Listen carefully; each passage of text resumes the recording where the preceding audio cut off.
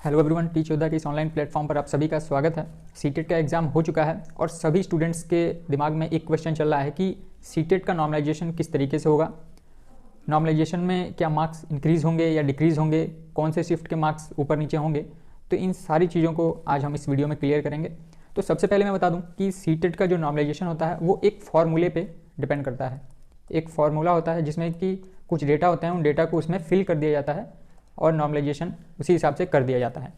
Normalisation की ज़रूरत क्यों पड़ती है? क्योंकि जब बहुत सारे शिफ्टों में एग्जाम होते हैं, यानी एक से ज़्यादा शिफ्ट में अगर एग्जाम होते हैं तो नॉर्मलाइजेशन की ज़रूरत पड़ती है सबको इक्विवेलेंट करने के लिए।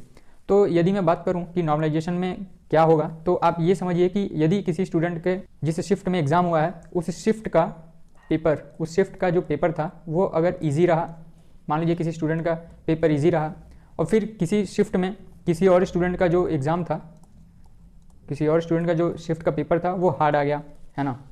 अब क्या होता है, यदि पेपर इजी रहा तो उस पेपर में बहुत सारे स्टूडेंट्स अच्छा स्कोर करेंगे, यदि पेपर हार्ड रहा तो उस पेपर में बहुत सारे स्टूडेंट्स कम मार्क्स गेन करेंगे।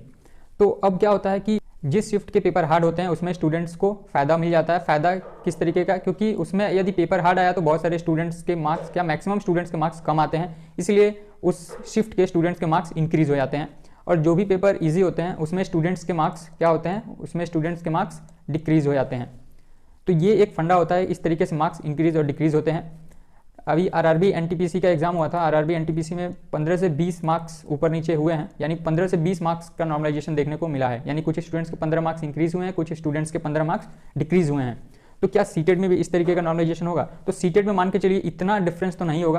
आप हम कह सकते हैं कि 3 से 4 मार्क्स, 5 मार्क्स इस, या 2 से 3 मार्क्स इस तरीके का नॉर्मलाइजेशन देखने को मिलेगा, ऊपर नीचे इतना डिफरेंस देखने को मिलेगा। यानी कुछ स्टूडेंट्स के मार्क्स 2 से 3 मार्क्स इंक्रीज़ हो सकते हैं या फिर 2 से 3 मार्क्स डिक्रीज़ हो सकते हैं। अब देखते हैं, बाकी सीबीएसई के ऊपर डिपेंड करता है कि किस तरीके का उसका नॉर्मलाइजेशन होता है और किस तरीके का पेपर उनके अकॉर्डिंग था, कौन सा शिफ्ट ईजी था, कौन सा हार्ड था। ये सारा का सारा डिपेंड करता है कि स्टूडेंट्स ने किस शिफ्ट में अच्छे मार्क्स अचीव किए हैं। ये सारा का सारा स्टूडेंट्स के ऊपर डिपेंड करता है। तो वो अपने फॉर्मूले में रख देंगे डेटा जो भी होगा और उसके अकॉर्डिंग नॉर्मलाइजेशन कर दिया जाएगा। तो आप लोग निश्चिंत रहें, पेपर बिल्कुल हर एक शिफ्ट में बहुत अच्छा था, ना किसी में ज़्यादा टफ था, ना किसी में ज़्यादा इजी था, कुछ शिफ्ट को छोड़कर।